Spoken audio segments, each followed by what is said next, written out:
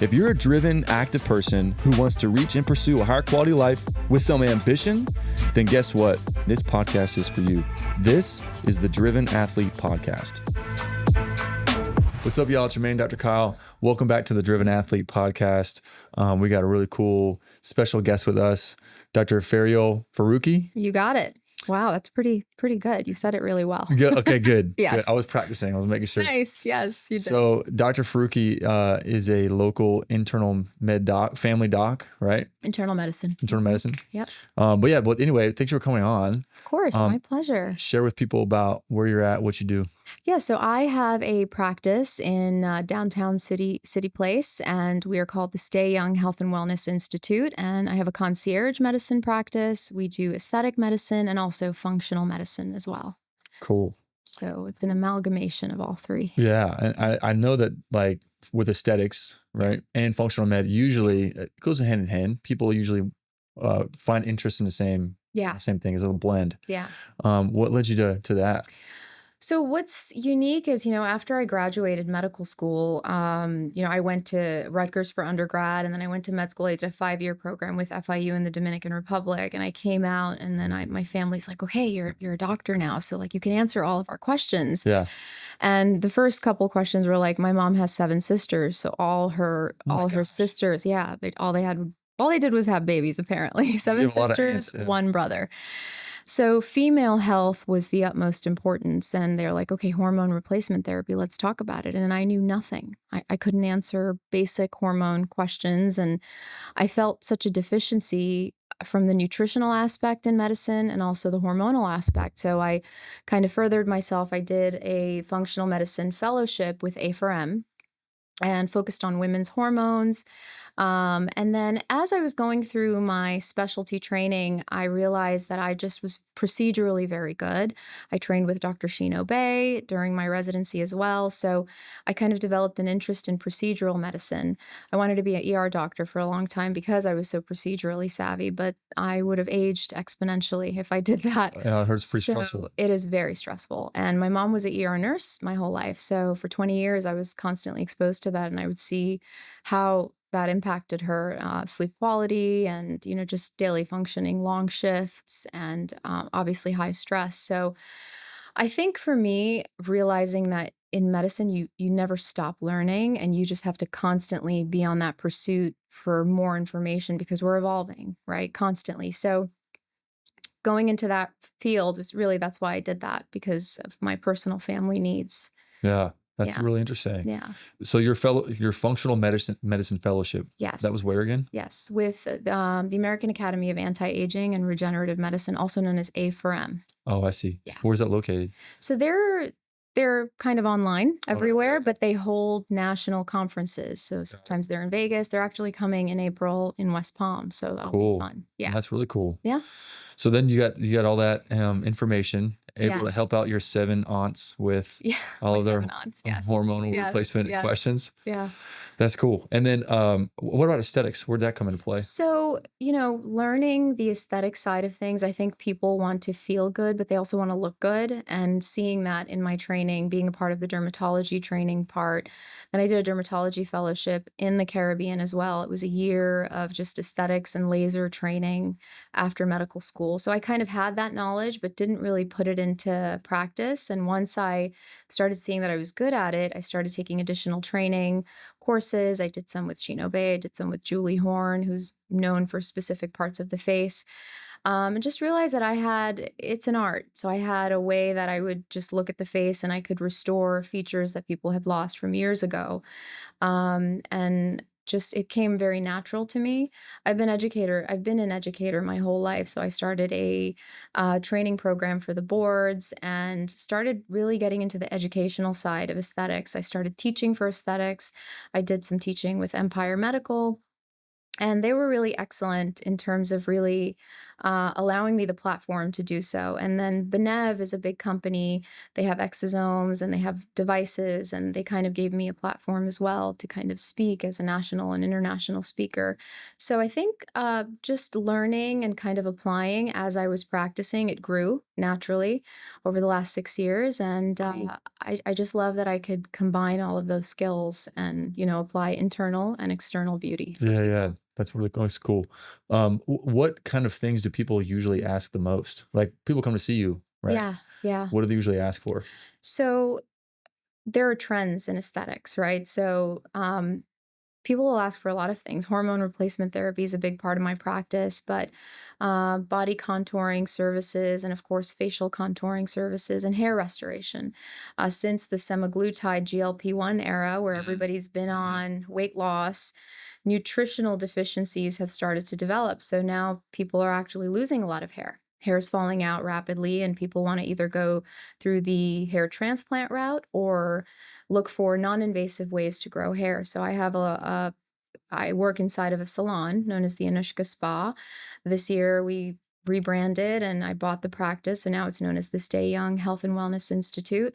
So we're kind of connected to a spa salon. So we get a lot of referrals for hair thinning and hair falling out, post pregnancy hair fallout. And we use a lot of stem cells or exosomes along with microneedling and PRP for hair restoration. Oh, So, interesting. yeah, So you just do like a bunch of it works injections. really well. Yeah. Yeah. Wow. When would people a person what was that treatment look like? Like when would a person expect to see results and like how many visits? Yeah, so traditionally we do it in a set of 3. So every 4 to 6 weeks, somebody would come in. The treatment itself is pretty much like an hour, and I can do a block. So we do a numbing block to make you comfortable. We also give you Pronox. So you get like a ring block around your head with lidocaine, and then we would microneedle and we apply the stem cells so they get kind of infused into the scalp where the Yeah. follicle is. Yeah, and we get a lot of really good results. I like to pair it, and I know NAD is a fad right now. A lot of people are doing these NAD IVs. NAD is just like a molecule that goes into your cell, into one of the phases of the cell, and it powers the cell, powers the mitochondria of the cell, which makes ATP. So if you have an energized cell, all of your cellular processes just optimize. Yeah. So we like to pair it with 4 NAD IVs, and we get excellent results. The issue with hair is you have to throw the kitchen sink at it because the origin is basically inflammation, but can be hormonal issues, can be nutritional deficiencies. So we really we supplementize, we do the procedure, we correct your nutritional deficiencies, and we get great results. That's really cool. Yeah. With hair loss, Yeah. I was hearing it was related to a variant of testosterone, which DHT. yeah, So, yeah. yeah, DHT actually acts on the follicle, and that's why the hair falls out, especially with male testosterone Mhm. replacement. The thing that you have to remember is we're not replacing bodybuilding levels of testosterone. Like we're not bringing your test up to 2,000, 3,000. We have some data that shows that in the biohacking world, bringing it up to 1,000, as close to 1,000, keeping it in the 900s is really where you want to bring somebody. But there's also this concept of lock and key where the receptor site for some patients can be a little bit more sensitive. So when we do hormone replacement, we really look at how you feel. We don't really look at Just the what the number. levels are and just the numbers. Yeah. Interesting. Yeah. And then NAD, what does that stand for? It stands for, oh, you're testing me now. Sorry. Nicotinamide adenosine deaminase, I believe, Okay. but correct me if I'm wrong. Okay. Yeah, but it's a molecule that goes into the cell. It just energizes your mitochondria. We've got like 5 phases within a cell, and it energizes your mitochondria. Yeah. It's very effective, I would assume then. Very effective. Even for sleep quality. Yeah. Like what do people seek that out for? A lot of athletes will come in just for energy or just to optimize whole body. I mean, I don't really get somebody coming in for one purpose, but they're like, we've heard NAD is good. Yeah. And on the cellular level, it's excellent, but you can't overdo it, right? As we age, after 40, everything kind of plummets hormonally. So we're kind of repleting the cells of what's deficient. So usually people feel really good. Some patients will say, I got a couple IVs, I didn't really feel a difference. So that could also mean that you're very deplete. Mm. So, and that nothing happened. So over time, when you get it, and I would recommend once a month, you don't have to be aggressive, but with our hair protocol, we're aggressive for a reason because we want to just make sure that the cellular health is perfect. Yeah. And there's no such thing as perfect. I shouldn't say that. We can optimize, right? Get it to the best shape as possible. And there isn't much data that says using NAD or without NAD, you're going to have a difference. But with hair, we do it all just to get the best result. Interesting. Yeah. What have you found more with your aesthetics? You said body contouring too? Body contouring. So I do have a device in my practice called the M Sculpt Neo. It's a muscle building, fat burning device. I brought it onto the practice as an internist because I read some papers that said that it actually killed visceral fat.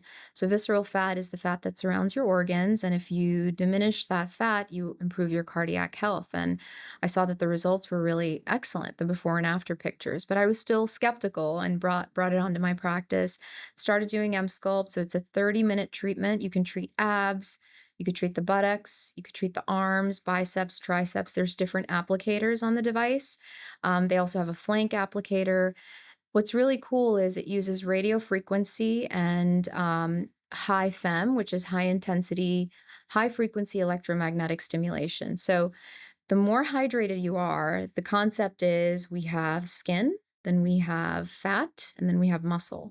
If you're hydrated, the water stays in the skin and the muscle, and the radio frequency kind of ping pongs between it, stresses the fat clumps, and it's released through your lymphatics. Interesting. I personally started doing it and noticed a difference in my plank strength. So I went from a 3-minute plank to an 8.5-minute plank. Wow. With this device. That's impressive. I've done like 25 M Sculpts now because I have it in the practice and I just throw it on when I get a chance to. But you really feel stronger. It improves back pain. It really does strengthen your core. Cool. Yeah. What got you into med school to begin with?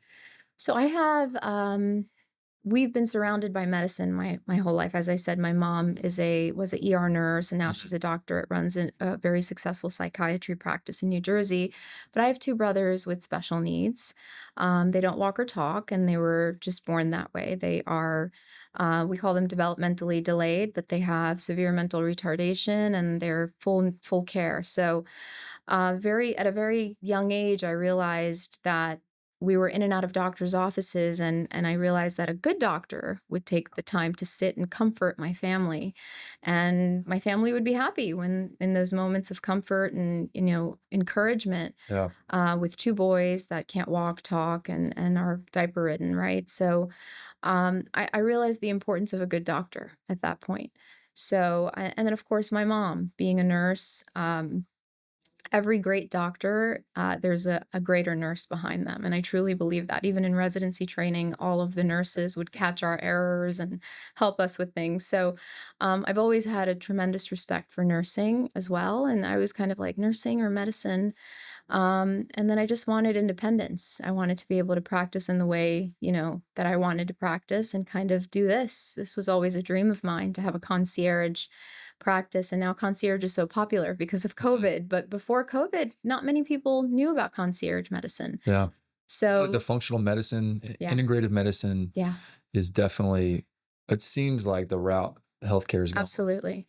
I think COVID did a lot of good things because it created a lot of skepticism in the medical space where we were like, how did doctors not even know the answers to things? So patients kind of took their health into their own hands and started doing some research. And during that time, as I was medical director at Dedicated in Green Acres, we were challenged by patients, not only for vaccines, but we were challenged for basic, treatments like with antibiotics and why, which I love because I've always been an educator. So I like to teach my patients. But a lot of my physicians that were working in the practice were doctors don't like to be questioned. They get defensive. So they would get defensive and frustrated. And I always looked at it as an educational opportunity, and I never took it personally because I don't know everything, even though I am a doctor and I've done school forever. But I've always wanted to build that collaborative network. So I think it's a good thing. I think we should strive to have our patients to know just as much as we know. It doesn't have to be the same jargon, but they should understand what medications they're on. I can't even tell you how many patients come to me. They're like, I don't know, I've been taking this PPI for 20 years. I'm like, what are you taking a PPI for? Oh, I had GERD once. I had reflux once, and my doctor put me on it, and I never stopped it. And now they have osteoporosis because of it, worsened. Maybe at baseline they had a predisposition to develop it, but accelerated osteoporosis in certain areas. So polypharmacy is a big thing, and we're kind of getting sidetracked and going on the polypharmacy route. But I think it's really important. We're in a time where patients knowing more than us is actually beneficial Yeah. to us too. I mean, we're not, I mean, polypharmacy is definitely, Yeah. seems like to be an issue. Yeah. Definitely seems to be a lot more skepticism Yeah. of the pharmaceutical companies and just like Yeah. the medical relationship and health insurance and all that stuff, of like just creating lifelong customers Yeah. versus like bringing a solution. And even for hormone replacement, like when I realized that women that are depressed in their early 50s and they're going through menopause, they're depressed because they're lacking the basic hormones that are now depleting. And we are treating them with antidepressants, and then realizing that the antidepressant world is big pharma is, backing it. And there's a lot of money. Not to say that we don't need them. I think there is a need, but there's also a big need for educating on usage. Yeah. We like to overprescribe those types of medications. What are your thoughts on antidepressants? Like, do you have some of that in your practice? Absolutely. Absolutely. Obviously I'm not a psychiatrist, but Mhm. every internist is always faced with screening a patient and knowing that they're depressed. And depression is one of those things that has many faces, and not everybody's depression is the same. And just like you have functional alcoholics, you have functional depressed people. And I think being really compassionate and connecting with people gets them to open up to you truly. I think there's room for usage with other types of mental illness and mental disorders, but there is a lot that we could do to improve baseline depression. I was depressed. So a little bit about my personal story. I divorced in my training. I was married from 19 to 29, got a divorce during the most pivotal time in my life, and used patient care and my passion for medicine, exercise, and improving my sleep quality to come out of that depression. And building a sense of community with my friends during that time was essential to not feeling depressed. So I think, there are a lot of resources to not feeling that way, but not everybody reaches out, right? Or has the tools to know what they need to do. I was lucky enough to be in medicine and know that there is a dark path that I could follow. And I didn't want to go down that path, but I had that knowledge and that control. And depending on the degree and the stage of depression you're in, you might not be able to control that. So I think there's a time and a place for medicating, but this long-term medication use, we have to cease that. Yeah. I mean, I totally would Yeah. be on that boat where it's like, is my goal to be on this medication for life? Yeah. Forever. Like Yeah. nonstop. But I mean, there's got to be a way out of Yeah. dependency, right? There is. And a lot of people are asking those questions like, do I have to be on this forever? Which I think is a great thing because people don't want to be dependent on things. Right. But, speaking on the functional side of things, optimizing your sleep quality is critical. Like if there's one thing I recommend and try to do with my patients when they come in for a functional assessment is, how are you sleeping? Yeah. Are you getting optimal sleep? And not everybody's optimal is the same. Right. And I love things like obviously your watch and the Aura ring. We're seeing everybody's wearing one, but how are you using that data? These are just data points that we're collecting. How are you modifying, whether you're drinking at night and you're seeing that your temperature goes up and you have a restless night of sleep?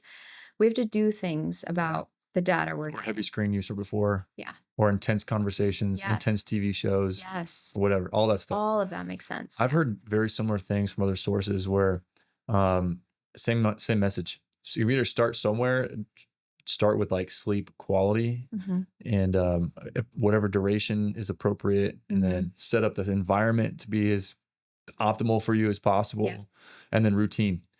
that's what they suggested, they're like routine, as in like, Absolutely. just like this way we sleep train our kids, you know, babies and stuff, Yeah. like sleep train yourself. Yeah. It's like it prepares your body to know like, oh, now it's time for sleep. Yeah. You're an expert at this now. I You've mean, got 3. oh yeah, exactly. Yeah. Well, we haven't sleep trained our youngest yet, Okay. but, and it's rough, man. Last night was rough. We were up, they got up, I think man. 3 times. And then my baby got up, he's up every 2 hours. Oh.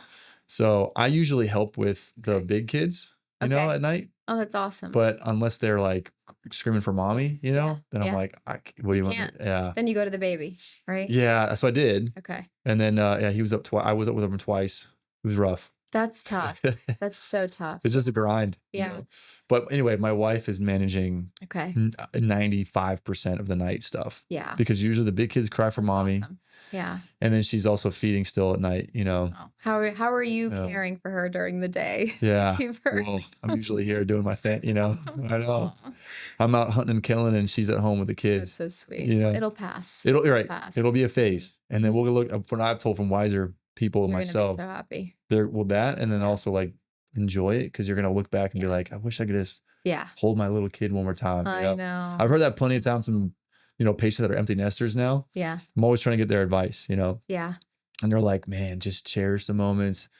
If I could go back and just give them one more hug, that's all I would want to do. Absolutely. Know? So my fiance has 2 kids. Oh yeah. Okay. Well, he has 3, but one's older, one's 25. So she lives in New York. But the 10 and 12-year-olds, he's already thinking like, when they go to college, what am I going to do? Yeah. Like, we're going to have 17 that are sitting on ice. Yeah. Right. Exactly. We don't have to worry. Yeah. Right? So I'm always threatening him with that. It's like, we'll have plenty of. Yeah. Don't worry, honey. Oh boy. He's like, well, 17. He's always like, what? What do you mean? Yeah, that's funny.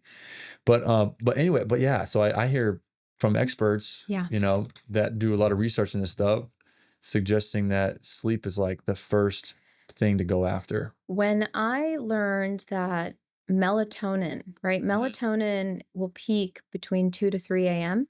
Okay. Similarly to growth hormone, when it kind of peaks at night in the middle of the night. Melatonin release will go into your liver and stimulate clock genes, and those clock genes are directly correlated to your immune health. When I learned those facts, and I was like, whoa, so melatonin is not just essential for sleep and deep sleep, but so directly related to your immune health that you can think of that as like, why am I getting sick so often? You know, why do I not have enough energy? All of that is tied to your immune system too. Interesting. It makes total sense. Yeah. Because I've heard that before. Sleep, quality sleep as it relates to immune health. But just linking that with, physical health, always feeling fatigued, physical exercise.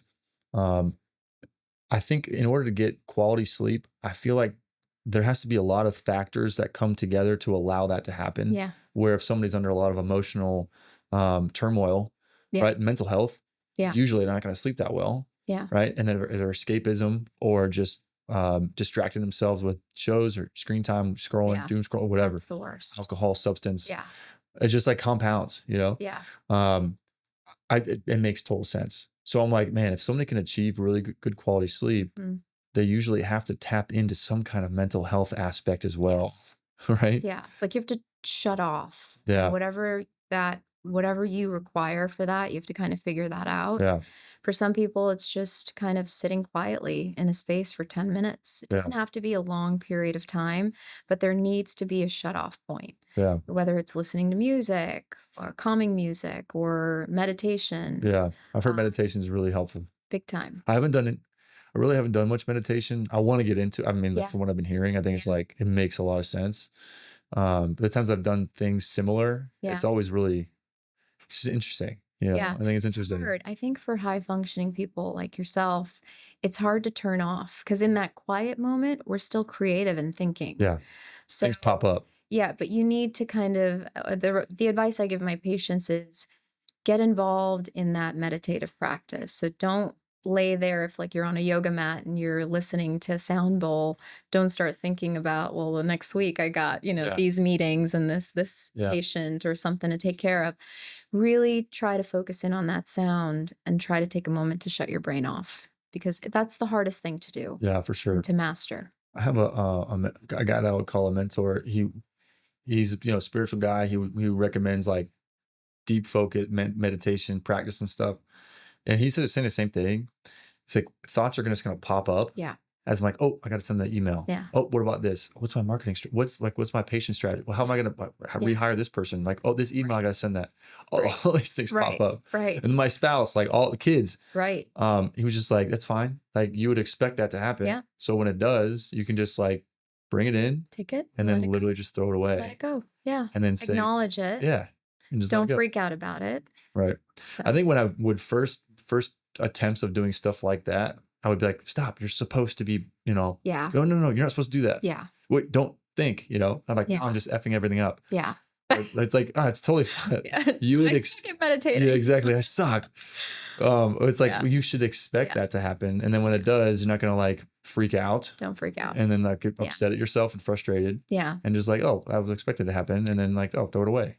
Next one comes up. Oh, that's fine. And over time, the practice, it just gets less and less. And then that's how you practice. Exactly. And I was like, oh, that makes total sense. Exactly. Even if that full first time you tried to meditate, you've been thinking about business. Yeah. It's okay to give yourself that, you know, leeway. Totally. I think just even that with like, I mean, even healthcare, just managing expectations. Yeah. Is a massive, I think is probably one of the most important things, because it's like, if I don't get results immediately, then things get frustrating. Yeah. Right. Well, I'm sure you see your patients say the same thing.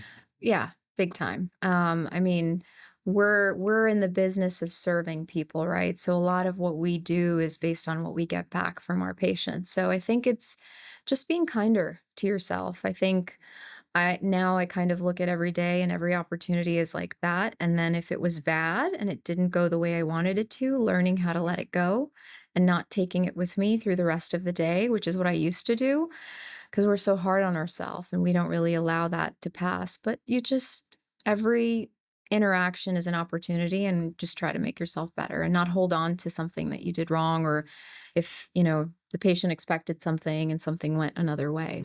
Love that. Yeah. You mentioned semaglutide. Yes. Right? Ozempic. Oh, yeah. What are your thoughts on that? I think it's an excellent drug. Ozempic, Mounjaro, Wegovy, I think the future of obesity in this country, there's a solution. And I think people became so fixated, like, that's a diabetic drug. I've been using these drugs in my medical practice for the last decade, and Hollywood, thank you, has now made it popular, because if you want to lose 5-6 pounds, you can go on it. The issue with that, obviously there's good and bad with everything, right? So the issue is those patients that now have been on it long term, how do you wean them off, right? And how do you get them off of it not to gain the weight back? What would long term, like what's that time frame look like? So, you know, we have different patients. We have patients that go on it for 6-month period. It depends on where you are cardiometabolic, how much weight you have to lose. I've helped people lose 80 pounds on it. And then really we've had a microdosing protocol where we will keep you on it. And then as you're coming off of it, we will do 1 week on, 1 week off, and we will switch the dose up based on response. It's excellent for creating behavioral change in people. So we have an addiction to food. We have an addiction to alcohol. Obviously, I think there's like a socially accepted things. One of the most socially accepted one is alcohol. And we have a lot of functional alcoholics, like people that can drink and function like they don't have a drinking problem. And you start seeing it in their blood work, but they don't act like they have a problem because they're able to go through life, drink at night, and still be functional. But there will be a point where that'll stop happening. Yeah, like it'll catch up. Before you continue, what things in the blood work would show up? So we look at liver enzymes. We look at GGT specifically, your AST and ALT, which are specific to the liver. But you can start seeing protein deficiencies. You can look at other vitamin deficiencies like folic acid and B12 deficiencies. So like a malnutrition picture. Got it. So you see that stuff. Absolutely. With increased liver enzyme, you're like alcohol. That's worrisome, obviously. And your AST is the one that is usually higher in proportion to the ALT for alcoholism or for an alcohol-related problem. I remembered it in medical school. We always create mnemonics for things. So a scotch and tonic, AST. So that ratio is a little bit higher. And there's obviously other things and other factors. You might not necessarily see anything on blood work because a lot of that is genetics too. How your body's resilient, how your cells, your liver enzymes and your liver cells are resilient to that stress.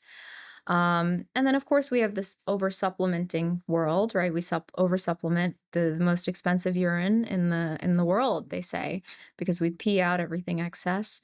So sometimes you can mask those deficiencies by taking supplements too. So I've seen people that drink 5, 6 drinks a night and you don't see anything in their blood work. And it's middle-aged Caucasian females who have an amazing social life and they don't even realize it. They're just, drinking that much. So I think it's an excellent drug. The semaglutides, going back to that, is an excellent way to get people off of it. It's being used in addiction medicine for opiates, for marijuana, and for alcohol as well. And of course, obesity is a huge problem in this country. Yeah. So I think it's allowing people to finally feel good about themselves. I think it's great because there's abuse for everything, right? So yes, we could take it to the extreme and lose way too much weight. And I think the biggest problem we're seeing now and why I love kind of medicine with aesthetics is we're seeing the Ozempic faces where the deep facial fat pads are dropping and accelerating to drop.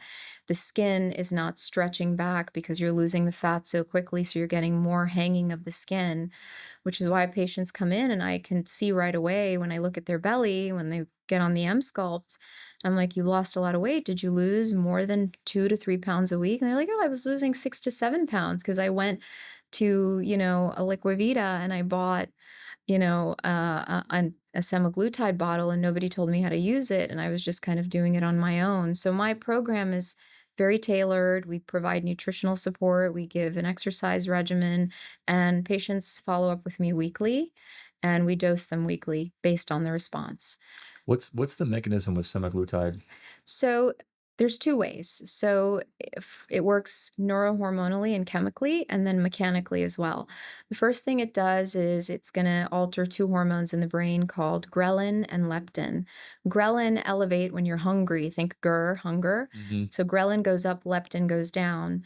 When you're full, leptin goes high. So it will elevate leptin and reduce ghrelin. And secondarily, it will create a mechanical slowing of the motility of the gut. So food will sit in the stomach. That's why they say it's like a bypass surgery. Interesting. Food sits in the stomach a little bit longer and isn't propelled forward as quickly. So if it's sitting there, then you're going to feel fuller longer. So those two mechanisms obviously are the main ones, but metabolically, a lot of shifts happen in the pathway, in the GLP-1 pathway that allow you to lose the weight really quickly with the fat cells. Interesting. And that's why people have the side effects of constipation. That makes sense, right? Because if you're not moving your bowels forward, you're going to get backed up. But the tirzepatide has a less side effect of constipation. The Ozempic, so Mounjaro, less side effects. Ozempic, higher side effect profile. Interesting. So imagine if you stack semaglutide, NAD to get like mitochondrial metabolic excitation, like a heightened sense, and then peptides in addition to that. Oh yeah. Would that be like, is that like the weight loss stack? So we do a lot. I love putting peptides on with weight loss because the semaglutides, the way you lose the fat, you can also lose muscle mass. So we do in-body assessments to make sure we're preserving your muscle mass. And when you stimulate growth hormone with peptides like sermorelin and hexarelin and PDA and BPC, these peptides are going to stimulate growth hormone. So you're going to stimulate more muscle growth. Therefore, you don't lose the muscle mass. So those are great peptide stacks to do with the weight loss. Interesting. Yeah. Peptides. I was going to explain that too. So you just mentioned 3. What are the most common ones that you use in your practice? Those are pretty common. I mean, they're pretty regulated and the pharmacies have had to do a lot to change their formulations because of not having clinical studies for these peptides. Obviously, you want to make sure they're coming from a pharmacy. You're not buying them from a black market. They're available everywhere. But if they're made in factories and they're not made in sterile environments in a pharmacy, you can actually increase inflammation in the system. So you want to make sure you're getting it from a 503A pharmacy that can legally make these.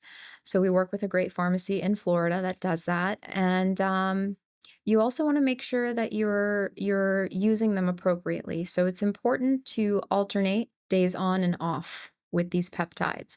So when the receptor sites become too saturated, kind of like a lock and key, they stop working.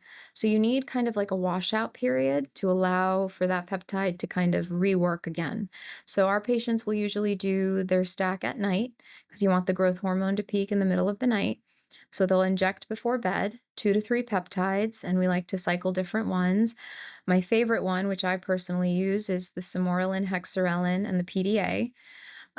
So it will help optimize your sleep quality, your muscle growth, everything that growth hormone does, it will function better. That's really So cool. muscle growth, And metabolism. you give patients, like, do they inject themselves or Yes. It's a tiny little insulin needle. We teach them how to inject, and it's painless. You don't even bleed from the site that you injected in. And they do it every day, and then washout period is every other 2-3 days off, so not injecting, Okay. and then you start injecting again. So either Monday through Friday, and then the people that are like, no, I feel the difference, I want to do the Friday, will include Friday, but sometimes Monday through Thursday because they can get expensive. So you wanna preserve as many days as you can. Yeah, so there's a lot of misinformation, a lot of negativity surrounding peptides, and I'll tell you, I have a lot of patients with autoimmune disease, rheumatoid arthritis, joint issues, aches and pains. It's been life-changing for these patients, along with hormone replacement therapy. So What's that look like, hormone replacement therapy? Because you mentioned, like, we're not gonna just, like, a guy coming in. Yeah. That's gonna be like anabolic steroids where they're like 3,000, No. like bodybuilding. First of all, anybody in their 20s and 30s, we want to preserve that testosterone. We don't want to do testosterone replacement unless we absolutely have to because it can affect male fertility. Okay. But I'm seeing a lot more men in their late 20s, even like on testosterone. And you're like, well, why? Yeah. Because access, right? You can easily get it. Everybody wants to look jacked and built, and nobody's patient to work for it. So it can easily help you obviously look better, but there are a lot of harmful effects in terms of fertility and obviously side effect profile if you're not being monitored by a I would program. imagine long-term dysfunction, Absolutely. not just like infertility, but accelerating the process in the 40s and 50s. And cardiac, right? You want to think it's an anabolic hormone. It is a controlled substance. And if you have any type of cardiac risk factors that haven't been worked up and you're not being treated, high cholesterol, or, we have early cardiovascular disease in the family, you could be predisposing yourself to a coronary event or a cardiac event without even knowing that you are. Peptides that help stimulate growth hormone. Yeah. It's not a HRT. It's not HRT. Exactly. That's a good question. I get asked that a lot. Yeah. Is there like a risk of, like, I've been doing peptides for 10, I'm not saying me. Let's say someone's like, I've been doing peptides on and off for 10 years. What does that look like? We don't have the data to show that it causes anything. There is some information out there that says that they could stimulate cancer. Obviously, if anybody has an active cancer, we don't do a lot of these therapies, right? You want to make sure we treat the cancer and we get rid of that issue first. Right. But even with, let's go to hormones real quick, because I think this is spoken more about in the hormone world. Correlation does not mean causation. So like if I don't go on hormone replacement therapy, God forbid, and I get breast cancer, did my hormones cause my breast cancer that I naturally have?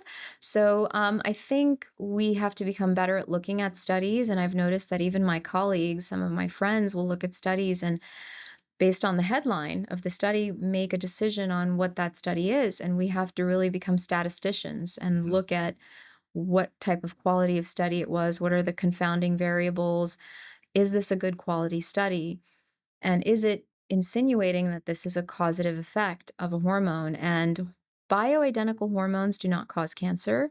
Synthetic hormones cause cancer. So I think what a lot of women, when I sit and I go over hormones with them, they're like, they think progestin is the same thing as progesterone.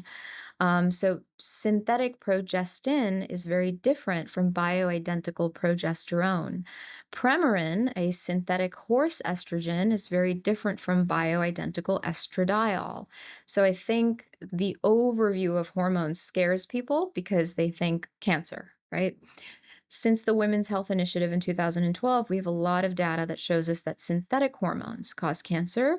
Bioidentical hormone replacement therapy means chemically the structure is bioidentical to our natural hormones, does not cause cancer. Interesting. But obviously, if I have a hormone responsive breast cancer that's responding to estrogen, if it's there, yes, it's going to make that cancer grow. It would be wise. It's going to proliferate that. But what I tell patients is this is not a surrogate for screening. We still aggressively screen. And if you are somebody that's conscious enough to feel good and want to take bioidentical hormones, you're going to be good with the rest of your screenings. You're going to get your pap smears, your colonoscopies, your annual mammograms. I have patients at baseline make sure that all my patients are up to date with their screenings. I kind of end up acting as their primary care doctor or reinforcing all their primary care to make sure that they're a good candidate. Yeah, which is good. Yeah. I mean, I'm sure they would appreciate. They do. Patients appreciate that. Yeah. So what would you say, like, what's the main type of clientele you all work with? I think. What's your wheelhouse? Yeah. So my practice is really diverse. I have that concierge side, and then I have the aesthetics, and then I have the functional side, and I do a little bit of all of it with all of my patients. And I think that's what makes it really fun, that I get to the theme of my practice is making people beautiful from inside out. So my favorite, I don't think I have like a favorite thing I do, but I think the reward is really making people feel overall better and well. Yeah. Whether it's a patient that'll come in, and I get tons of patients that come in, they're like, I don't want the Botox or the fillers. And I get that too. And I don't ever go that route with those patients. But feeling beautiful is not always about doing aesthetic invasive treatments. It could just be improving skin quality, having the good, skincare regimen, using sunscreen, vitamin C, and a good retinol, maybe getting some microneedling or peels. It doesn't have to be invasive injectables. We're actually getting into the phase where people don't want to look like they're overdone. And they want to look kind of like the best injectable is undetectable look, where I have patients that bring in pictures of themselves, and we really try to mimic a youthful you instead of changing face shapes. Yeah, I like that. I've never heard it before. The best injectable is undetectable. Yeah. That's cool. So all the people that you're seeing with the bad work, that's the bad work that's noticeable. But everybody that's beautiful and they look good and they look super symmetric, it's all about creating symmetry. They have good work done. And I think some women will openly talk about it. Some women don't. I mean, I do all my work on myself. I do everything. So I have a little bit of lip filler in my lower lip. I don't have facial filler yet because I've naturally been blessed with high cheeks, but I do all my Botox myself from my forehead down to my neck. And I think it's all the little treatments that just keep you looking youthful, but not overdone. Yeah. So what would be like a success story that was impactful for your practice that you can think about? Yeah, I've got so many. I mean, the weight loss is really life-changing. So my patient that lost 80 pounds. Yeah. How long did that take? Who looks like a brand new person, a year and a half. Yeah. Year and a half. And which is good. 50 weeks a year. Like you wouldn't want, that's not. We do it very slow. Right. We do it very slow. You want to allow the collagen and elastin in your stomach to kind of retract and pull back. And when you lose that much weight, you are going to get hanging skin. But it's about getting less of it. Yeah. Right. So you want to do it in the safest way possible. And metabolically, you want your body to catch up cellularly to your weight loss. Right. And then not gain it back. So it's creating that lifestyle change. I think for me is really transforming someone's life. Obviously, there's great stories where we found cancer and we've treated it and gotten them the help. And my autoimmune patients where they have lupus and they have rheumatoid arthritis and their joints ache all the time and they're hormonally completely thrown off. They can't even get out of bed. And now they're on hormone replacement therapy, a great peptide stack, and we've done a little aesthetic work, and they just can't stop raving enough about how good they feel, and that really drives work into my practice. RA is, I have a couple, people that I can think about that have battling that, but what's the protocol? What's the treatment look like for RA? So we have obviously your disease modifying agents, right? So some patients, when it's really debilitating, deforming joint disease, we do have to go towards those medications, like, certain biologic medications. But we try to really use more of peptides because I think there is a lot of research that's showing that This will improve your joint health. We do a lot of PRP. You can do stem cells into certain joints, which can help make your joints feel better. But I've noticed with certain peptide stacks like thymosin beta or PDA, which can help, and a little bit of growth hormone boosting, sometimes direct growth hormone therapy, they're candidates for it too when they don't respond to the peptides. And we measure that. We do all of our blood work in house, and we can actually measure that. But I've noticed within 30 days of using a certain peptide stack, a little bit higher dose than a normal person, the joint aches go away. Testosterone, what women don't know a lot of, even for normal women, just postmenopausal women, is that testosterone is your energy. It's not just sexual health for women, it's your mental clarity. So females think estrogen, I'm low in estrogen, and that's the only hormone they'll worry about. Your test is your motivation, your mental clarity, your bone health. If you're incontinent and you're peeing yourself after entering menopause and having multiple babies, the sphincter health, the testosterone will help, and the estrogen. But right away, women go on this and they stop having incontinence. So I think the hormone replacement also for the joint health is essential. So for a lot of my rheumatoid patients who've gone, let's say they don't have joint deformities yet, they've gone on hormone replacement and their joint aches will feel better along with peptides. That's cool. So we test obviously and make sure that your growth hormone's low, and then we come up with the best peptide stack for you. And sometimes it's trial and error and it takes us a few weeks to do, but we get there. Right. What about Crohn's? Inflammatory bowel disease. Yeah. Oral peptides, high dose, BPC 157 and PDA have been essential in treating that. Yeah.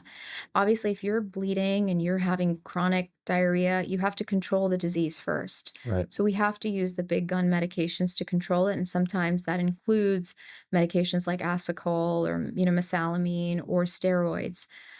But I have a patient in particular that I'm thinking of. We did high dose of BPC orally.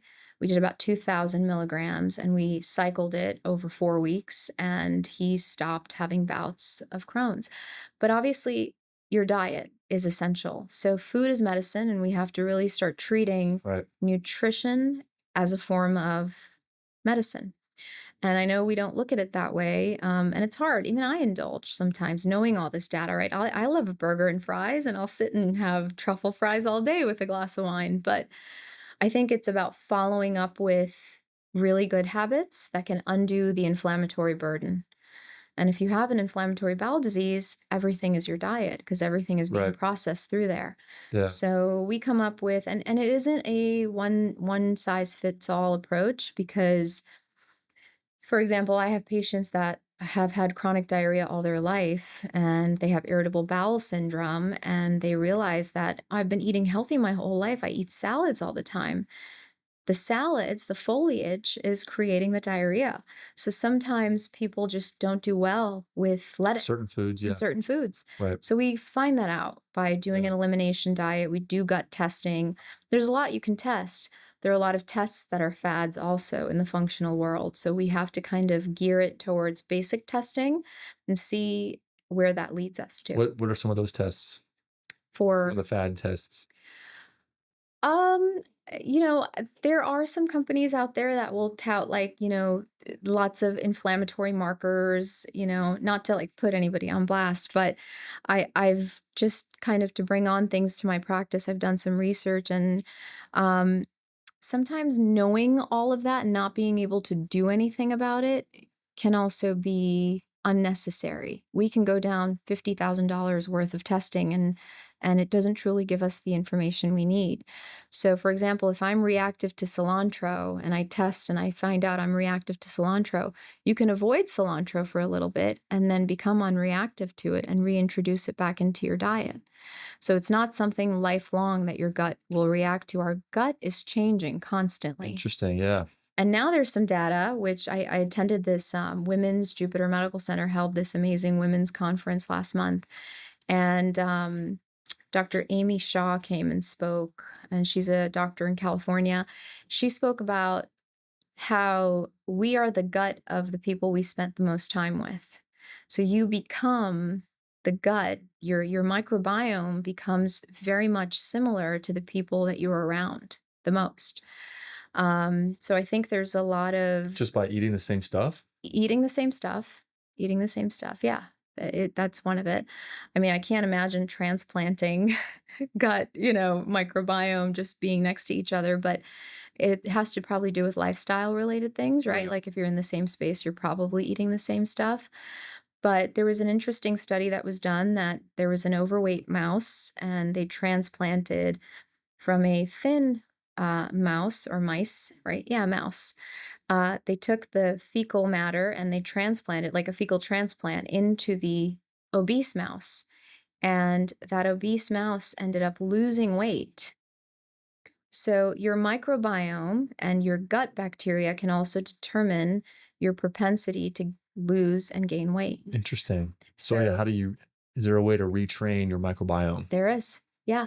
So we know when we go on vacation, when you go to Europe, which you're going to do sometime in the near future. I've never been to Europe. It's crazy. I remember when I went to Italy, I ate pasta and pizza and I didn't feel bloated. And I drank wine there too, but pasta, pizza, and walked around and I didn't gain any weight.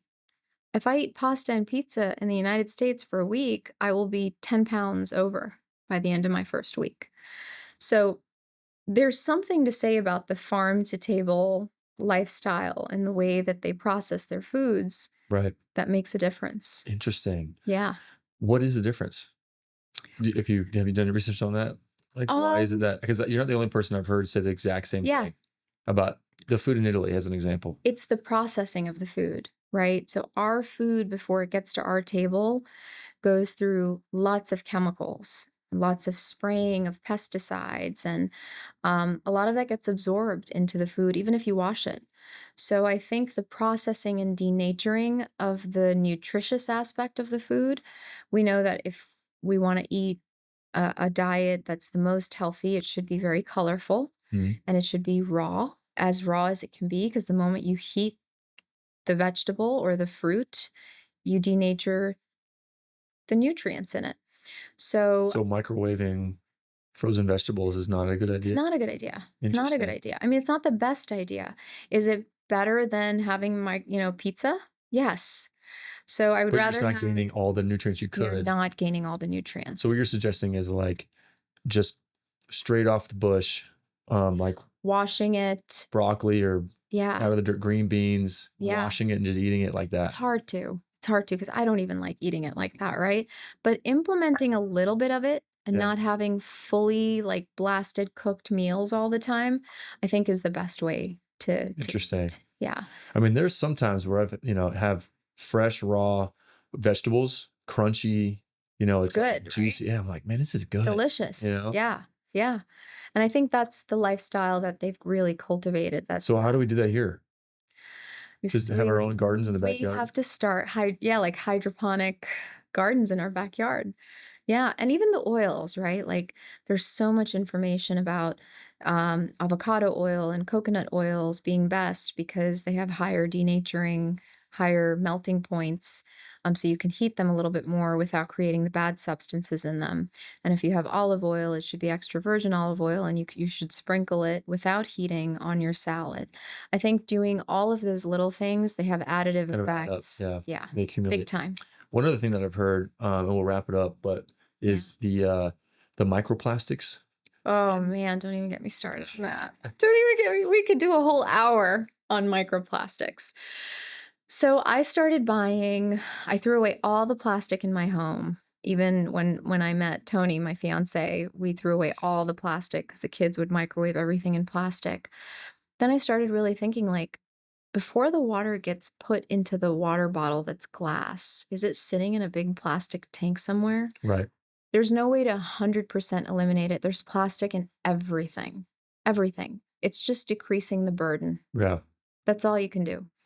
Are you familiar with the home water filter systems? I am. What are your thoughts? I'm not familiar. I have to actually do some research because we're renovating a home and we're planning on getting one, but I'm a big advocate of them. It's one of my... Do you know about them? I mean, probably much as you do. I haven't really done much research on them of like the effectiveness and, but I know it's interesting is I'm getting a lot of Instagram ads for these water filter systems. Yes. I'll tell Celia you is definitely listening to us because like for sure. I've mentioned it a couple times at home. Don't you know this? We're always being listened to. You're carrying around the biggest I gotta like tracking device. Speak to my wife at home. Like, I'm thinking about getting a water system. Turn your phones off when you're talking.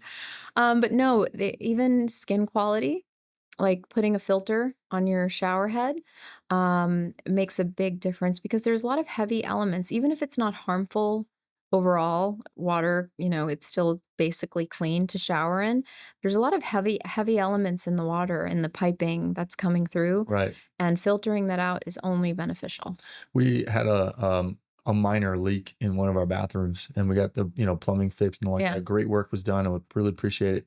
And they were fixing the pipes with copper pipes. Yeah. And just going straight in there, and then like that's the main filter, the pipe that goes to the sink. Okay. And we like a glass of water from the bathroom, like in the sink or whatever. And I was like, they just attached the pipe. The water just goes straight through the pipe. Could you imagine taking that pipe and just drinking water out of it like a straw right now? And my wife's like, no, that'd be nasty. I was Never. Like, that's what we're doing. Yeah. I didn't even think, like up to that point, I didn't even think about that. Yeah. I was like, there's like a pipe. Like the inside wasn't like acid water. Who knows? I don't know. Yeah. But it's just a copper pipe, that the plumbers just used to replace pipes in the wall. And I was like, could you imagine just like drinking out of a hose, like a straw, like just that right now? Yeah. Like, that's what our kids are drinking. Yeah. Then there's, like, what do we do? There's a lot of data in terms of deposition of plastics into the brain and how it's, creating dementia and Alzheimer's and stuff like that. So I think we need to start thinking bigger in terms of how to preserve things. It's tough. It's a tough global issue. So you don't use plastic Tupperware? I don't. Plastic Ziploc bags? Ziploc bags, I have to admit, I do because I have not found. I do have little glass jars that I try to keep and I try to put things away in. But if I'm taking a snack to work and if I have like raspberries or blueberries, I do put them in I'm not going to lie, in a zippy? Plastic zippy. What's worse, a Ziploc bag or a plastic Tupperware?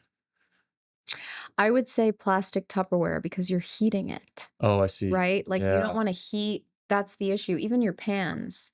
The BPA coating and all that stuff on your pan. Yeah, the nonstick pan. It's the daily use, like the cutting boards that you're cutting on. You're creating micro injuries into the plastic, and that's going into your food. So it's about eliminating that daily stuff. The once in a while stuff, it's okay to get away with. Well, we'll have to get you back on and dive deeper into microplastics. Yeah. Thank you so much for having me. This was a pleasure. This was fun. Cool. Well, I'm glad. Thank you. And I'll have to come in and check out your spot. Please, anytime. And see how you guys are love for you to come by. How can people reach out to you if they want to reach out? So you could follow us at Stay Young Health and Wellness. We're the Stay Young Health and Wellness Institute. I have an Instagram and I go by Dr. Stay Young. And our website is launching next week, drstayyoung.com. Cool. Awesome. Well, yeah, everybody reach out if you have any questions on how to stay youthful and aesthetically and internally beautiful and healthy. And if you have any questions for us, we're always open to comments, questions, concerns, suggestions, or battling orthopedic sports pain that you think as a sports physio we could help you all. We're always open to helping. So at least give us a call. We can chat, and we'll catch y'all next time.